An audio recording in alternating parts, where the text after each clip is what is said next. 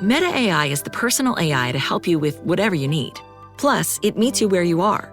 Not only is Meta AI now an app, but it's also on the apps you already know and love: Facebook, Instagram, WhatsApp, and Messenger. Plus the Ray-Ban Meta glasses. It's easy to access wherever you are. So whether you're talking or texting, Meta AI is convenient to use throughout your day. Experience our newest AI that's tailored to you by downloading the Meta AI app. Try the Meta AI app today on the Apple App Store and Google Play. This podcast is brought to you by TeamTrade, a digital solution that helps you hire, optimize, and retain employees. Using psychometric assessments to identify more than 100 professional mindset traits, it gives instant reports you can use to build high-performing teams. Get 2 free profiles today, no commitment, no credit card required, at teamtrait.com.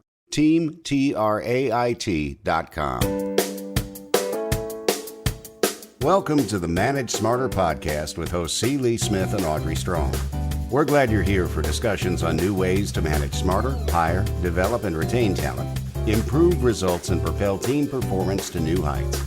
This is the Manage Smarter podcast. Lee, today we have the sales hunter with us, and I know he's got such a large playing field and his expertise is so deep and long. We could do 8 hours with him, but you wanted to start off talking about the sales mindset. And I don't think we've ever really zeroed in on that on this show before. Yeah. I mean, it's like, there are really 2 ingredients for success in sales that everybody must have. And there are other intangibles, but the 2 most important one, I believe, is you have to have the skill to sell. So you have to have good sales skills, but you also have, more importantly, you need to have the will to sell. I mean, it's like, it has to be, and we pick will because it rhymes with skill. But basically, it all comes down to having the proper mindset and, identifying as management and leadership who really has a winning mindset to be successful in sales. And then also then how to develop that so that actually improves over time. And I find that to be challenging in the fact that, salespeople are very prone to burnout, and in all the studies and research that we've done at Sales Fuel. And it's because they get beaten on, every single day. It can sometimes get discouraging. If you don't have a product that is, where people are lined up with credit cards in hand, or people they're strongly motivated to buy and they have the money and the budget to buy. If you don't have that, and most salespeople don't or whatever, it can be very taxing over a period of time. So getting them to improve mindset as opposed to going the other direction is a challenge. And I can't wait to talk to Mark about it, that very subject. Welcome to Manage Smarter, everyone. We are so glad that you're here listening or watching with us today. My name is Audrey Strong. I'm the Senior Vice President of Communications here at Sales Fuel. And I'm C. Lee Smith. I am the CEO and founder of Sales Fuel. That's right. So Mark Hunter is our guest today, recognized as an expert in sales, the author of High Profit Prospecting and High Profit Selling. And most recently, his book is entitled A Mind for Sales. There you go. He spent more than 15 years in sales and marketing divisions of 3 Fortune 200 companies. During his career, led many projects, including the creation of a new 200-member sales force.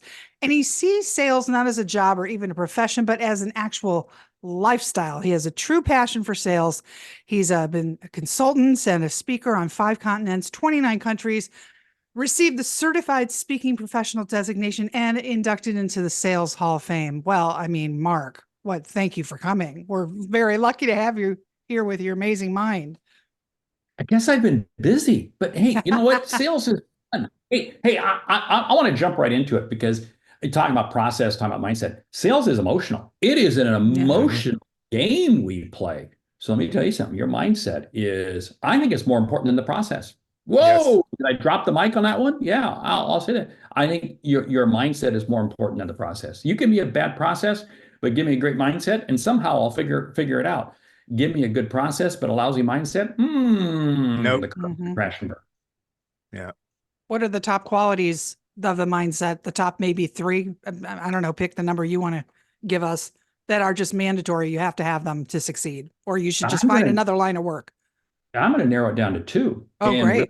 It's 1. It's a commitment to helping people, being focused on people. If you are not focused on helping people, that's where your mindset is. And to get that mindset, you got to be focused. You got to be focused. What does focus mean? That means you're using your time wisely. You're not getting caught up in shiny objects. You are focused on who you can help and you are committed to helping them. That's what having the right mindset is all about. And that human connection becomes even more important in the age of AI, right? Oh, without a doubt. It's funny. I really see this being a yin and a yang, because the more we go over here to AI, oh, AI is going to do everything for us. That's the yin. The yang is the personal connection. And it's literally becoming more important than ever. And I think going forward, we're going to see it. The bigger AI becomes, and we can't stop the train. It's there. It's going to mandate that personal connection, that personal conversation, authenticity is more important than ever. You said that's why you sell the outcome and not the product, Yeah. and that maintains the connection. Yes, that is so critical, because here's the deal. Everybody's got the same product. Everybody's got the same, but people don't want products. What they want is they want solutions. They want outcomes. We as salespeople, the more we can focus on helping you understand what the outcome is that you're looking for. What's the problem? What's the need that you have? If I can focus on that, that's the outcome. Then I can do business with you. Who cares about the widget I sell? Who cares about the software I have? It's the outcome. That's what people are looking for. It's that old adage of you don't buy the shovel, you buy the hole. Yes, Yeah. yes, yes. And the problem is, too many times salespeople are digging themselves a hole because all they're doing is talking about the shovel. I like how you turned that around. Very good. And you It's said amazing what it's separate from the mindset is completely separate from the process. So whatever process I use, and you said anybody who's only doing transactional sales is going to be replaced by AI. Like, you need to switch to the model that you're talking about. Yeah, because here's the thing. Transactional means that you're selling to somebody. That's out. What we want to do is sales is what we do for someone, for someone. That's where we're now focused on the outcome. And, I want a good process. I certainly do, because if I'm going to be focused, remember I said earlier, it's about, being focused on the other person, being focused on people, and being focused. That means I've got a routine. So you're right. I do want a process, but that's way down the ladder. That's down the ladder. Because I have found that as long as I am committed, I had coffee this morning with a gentleman, and it's one of those things. Why is this on my calendar? Why is this on my calendar? Like, I got more important things to do, but I sit down, I have coffee. And I was committed to that. And wow, it was an unbelievable 50 minutes. Sometimes, I find that if I look on something on my calendar or whatever, and I'm not very excited about it. I mean, like you, for example, you were on my calendar. I was very excited, because you and I have talked, through the years, various conferences we've been at and everything like that.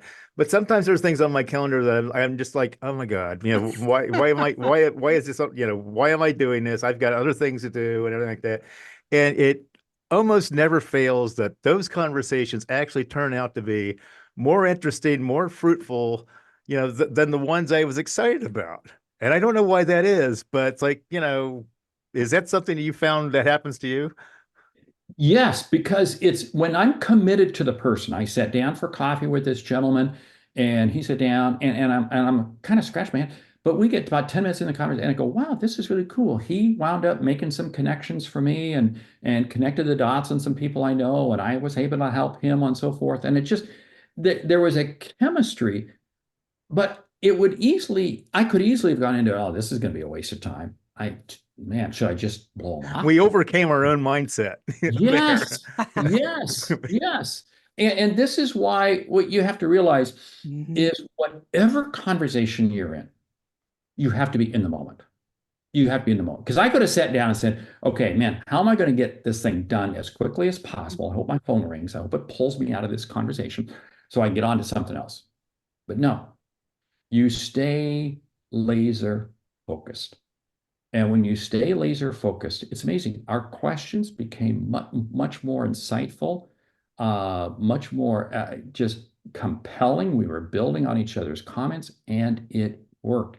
And that's what a sales call is. That's what a sales call is. When we go into it, and I firmly believe the attitude you have going into a sales call predetermines the results you're going to get coming out. Whoa, predetermines the results. Yeah, it does. Because when you go in with the right attitude, it's amazing. Fortunately, within 2 minutes, I was able to correct my attitude. I was like, oh, this is interesting. This is going to be good. And I was able to really have a productive conversation. We already agreed we're going to connect again. We are going to connect again. That's what I love. Yeah. I want to go into how I started the show and ask you these two questions. In your mind, what can a sales manager do to identify people that have the right mindset before they hire them? I mean, that's what led me to create Team Trait, for example. But what are the things that you think sales managers should look for? And then once they're hired, how do we get them to keep that good mindset and actually improve upon that, or keep them from developing a woe is me or I'm a victim kind of mentality? Wow, two separate pieces. The one Yeah, actually totally. does dovetail into the other, but let's talk about the hiring. I want to ask them, talk to me about some challenging situations you've been in. Talk to me about, and I'm listening. Are they addressing it from a positive standpoint or from a negative standpoint? Because again, I don't have room for negativity in my organization. If they're addressing it, and I don't care, just hey, tell me about some challenges you've had in life, some problems, and how did you address them? How did you come through it? I'm listening for their walk on that journey. How did they travel through it? What were the resources they used? And again, is it a positive or is it a negative? Now, it may be a very dark situation that they went through, but again, are they putting a positive spin on it? This is going to tell me how they're going to respond, because not every sales call goes good. Now, let's talk about the flip side of the question, the second half. We only got 20 minutes. We got to move fast, right? Talk fast, Mark. This whole thing, you as a manager, I'm going to let every manager off the hook. You can't motivate anybody. You can't motivate anybody. All you can do is create an environment for the person to motivate themselves. You see, if you've hired right, you create the environment. What is that environment? That means you are creating an environment that you're supporting them, you're helping them. You are helping them, A, become a better salesperson because you're helping to educate them, you're coaching them, you're training them. You're helping them because you're keeping them away from garbage stuff. You're not, you are keeping other departments in the company away from them to say, hey, you don't need to answer. You don't need to talk to salespeople about that. Somebody else can. You are keeping them focused. And more importantly, what you're doing is you're keeping them focused in a positive manner by you're helping them celebrate their success and keeping them focused. And if you've hired the person with the positive attitude and the great outlook on things, guess what, kids? Good things are going to happen. Mm-hmm. We like your phrase, prospecting with integrity. Mm-hmm. What's your definition of that, and how does it get put into motion? Yeah, prospecting with integrity. People, I've had a couple people say, well, that's an oxymoron. How can you do that? First of all, hold on. Let's define what prospecting is. Prospecting is about helping others see and achieve what they did not think was possible. That's my definition of sales. But now let's bring it down further. If I have the ability to help you, I have an obligation to reach out to you. Because if I don't, I'm doing you a disservice. So when I'm prospecting, I'm not prospecting the free world. I'm prospecting people who I know line up to my ICP, my ideal customer profile. And so therefore, I know that there are outcomes that they're probably looking for that I can help them with. See, now I have an obligation to reach out to them. Prospecting with integrity is about understanding that when you say something, I'm going to listen to what you say. I'm going to care about what you say. I'm not racing to the demo. I'm racing to listen. I'm racing to listen to you. And what this also means is that I'm going to make sure that I deliver on whatever commitments, and I do not deliver on false expectations. So many salespeople, what they do is they paint this picture. Oh yeah, we can do this, we can do this, we can do this. Mm-hmm. And they can't do that. So it really is setting the table, because what I'm doing is I'm creating a relationship and I'm creating trust. You know what's interesting? In the absence of trust, price is everything. Mm-hmm. Yeah. So if I want to come close to getting my full price, which I believe every salesperson can, if you sell on value, I got to create a level of trust. Because also when I create a level of trust, it's amazing how more open and candid the conversations are, because we're not blowing smoke at each other. Right. So when you, let's talk about, well, by the way, Audrey, let me just share something real quick. This is a little story, but I think it really makes the point. It's like Audrey knows that when, I prepare, for every podcast interview that I do, just like, every sales call. Audrey and I also collaborate on the preparation, but she knows that I come into every sales conversation, every podcast interview, I have one question, and was the question I just asked you a moment ago. And then the rest of the conversation is really about where it goes. It's what you want to talk about, and then I'm listening all the way through. I'm getting curious and I'm asking follow-up questions, and that's just how the conversation goes. And I think that goes hand in glove with what you're talking about, how you believe sales conversations should go.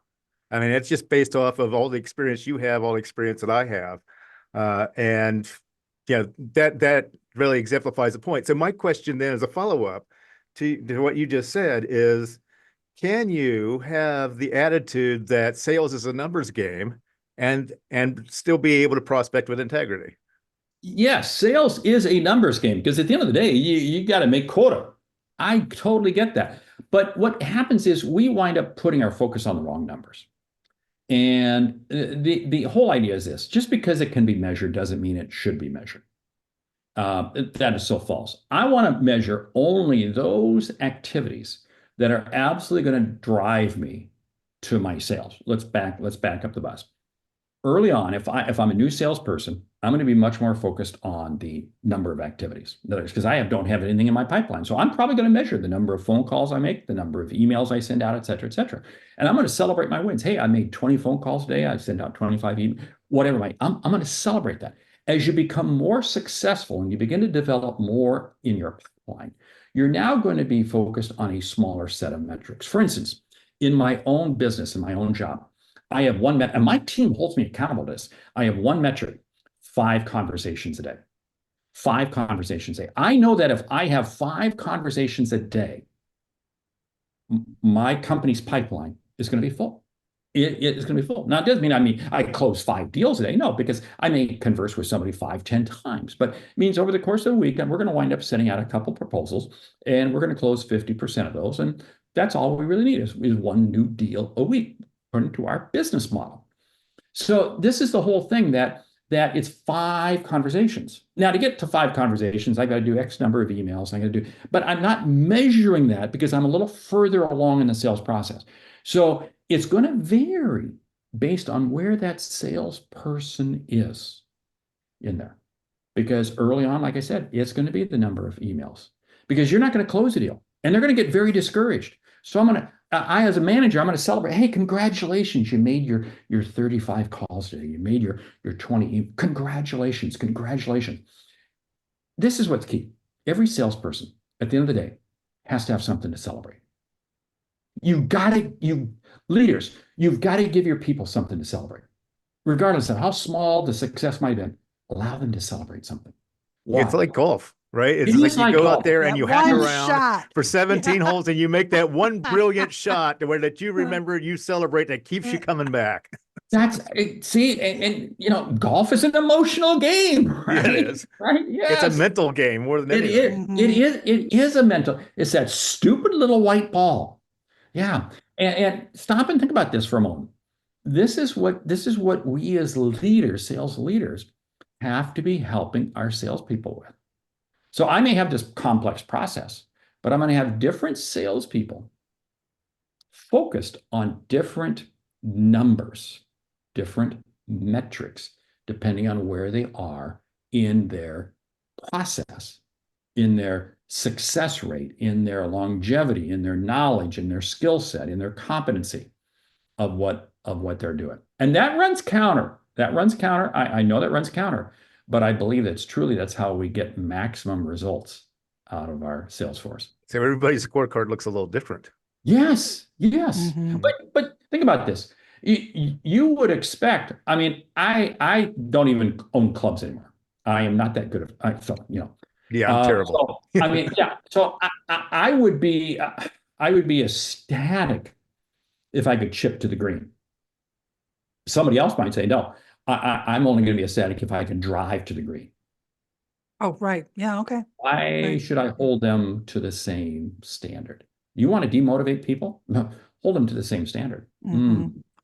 We've had meetings. We got a few minutes left. This is the fastest 20 minutes in sales conversation ever in the history of the world. But Lee and I, we have had hour-long meetings on this topic, and we swore we would ask you the question. Oh, no. That here we go. When, your definition, Mark, does a marketing qualified lead become a sales qualified lead? Can't wait to hear. Sure. I'll answer it. Okay. 3 things have to take place. 1, I know that I'm talking to a qualified buyer. In other words, either it's somebody who is the decision maker or is so influential in the decision maker. 2, they have shared with me a piece of proprietary information. In other words, information not known publicly. Information that's not, because that means there's a little bit of relationship, trust. And 3, I understand the timeline with which they're going to make a decision. Mhm. When I know those things, then they are absolutely an SQL. Up to that point, they are an MQL, period. Okay, How's we're going to it- hang up on you and get the sales What? guys in here for a meeting. Yeah. How is that for a 30-second answer to a very It's- complex question? I've never heard it defined that way before. That's very interesting. Yeah. Lee, thoughts? No, I think that one of the things that I see in salespeople that we coach, consult, heck, we even had on the staff is that this, people talk a lot about sales and marketing alignment. And what I find curious is the follow up on that is that, Mark, you have a very unique, shall I say, opinion about marketing and who marketing should report to. Yes, I do. Now I'm gonna back up the bus here in just a second, but I believe that marketing should report to sales. Whoa, he dropped the mic. We all go home, and here's why. In traditional B2B sales, marketing is the macro. Marketing sets the awareness, generates education, et cetera, et cetera. But the sales is the micro. They're the ones who actually have to deliver. So marketing has got to deliver to sales. Now, my background is in consumer packaged goods, big brand names, whether it be Coca-Cola, whether it be Kraft, et cetera, et cetera. Now, in those cases, marketing is actually going to drive it, and sales is going to report to marketing because that's a different type of transaction. But by and large, the world with which we work in, it's B2B. So yes, marketing reports to sales. How do we make that happen? I mean, it's because most companies are not set up that way. So how do you make that happen? Well, you've got to, if you have a CMO and a CRO, hey, these 2 players have got to get along. But here's what I find. Chief Revenue Officer, hold it, Chief Revenue. What do I take to the bottom line of my P&L? Am I taking, money, which starts with revenue on the top line? Marketing fees that. So I want my CMO reporting into my CRO. Makes sense. Yeah. So it's. I mean, I could go off on this one for hours. That's Because another 8 hours. Why do salespeople have marketing? Well, so they have someone to blame when they don't make their numbers at the end of the quarter. I'm sorry. We got to get past that one. Thesaleshunter.com is your website. It's Mark Hunter on LinkedIn and Mark James Hunter on Facebook. And we're just about out of time. Lee, I'm going to give you the final question. Okay, so the question I thought you were going to ask, Mark, which is another topic that it's a stupid topic. I'm just going to forewarn the audience right now that you and I talk about frequently, is that, Mark, you were senior sales planning manager, I think, for Jell-O brand. Yes. The question I thought Audrey was going to ask is, what the heck ever happened to the Jell-O pudding pop? And do you know anybody that can get it brought back? You know what? I have no idea. That was like a generation ago. Pudding pops. I love those. And, I mean, I'll tell you what. That was in if you think, stop thinking about this. That product, Jell-O brand, made more money because let me tell you something. The cost of ingredients, 0. I mean, like maybe 2 cents. It was, but Jell-O pudding pops and that was a great business. We were lamenting that while we were waiting for you to come in the Zoom room. So it's okay. Glad you asked, Lee. All right, now we know. Anybody else out there listening, there's your answer. There you go. Well, the short answer is this: because of refrigeration, because of frozen. I suppose you're talking about the frozen product. Yeah, the ice cream. Yeah. It just no longer became financially viable. to other businesses that lived in that arena, and that's all they made. The ice cream companies, etc. We were not an ice cream company, so we were riding on somebody else's. You were truck. in the refrigerator on a shelf in a box, not necessarily in the freezer. Yeah. Well, and that's the thing, because our margins on the box were incredible. So all this other stuff over here was very low margin to us. So we never gave it much respect. I better not go further than that, even though I haven't been there in 20 years. But there's a sales lesson in that, right? There is a sales lesson. There's a sales lesson in there of stay focused, stay in your lane, and focus on that which brings you the profit. And that's where it is. So I mean, that's what we did. That little tiny box, a little 2-inch, 3-inch box, whatever it was. That's what made us a gazillion dollars. Those pudding pops over there, that made us pennies at best. I don't have time to spend resources over there. Makes sense. Mark, thank you so much. This has been such a pleasure speaking with you today. Everybody, I encourage you to go. He's got a fantastic website, thesaleshunter.com. You can get the books on there, watch videos. You've got a blog. It's a beautiful website, Mark. I hope everybody visits. Thank you so much. Thanks for listening. If you enjoyed the show, please rate and recommend on iTunes, Overcast, or wherever you get your podcasts. You can also get more great information at salesfuel.com.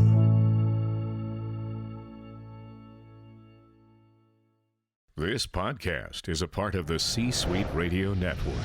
For more top business podcasts, visit c-suiteradio.com.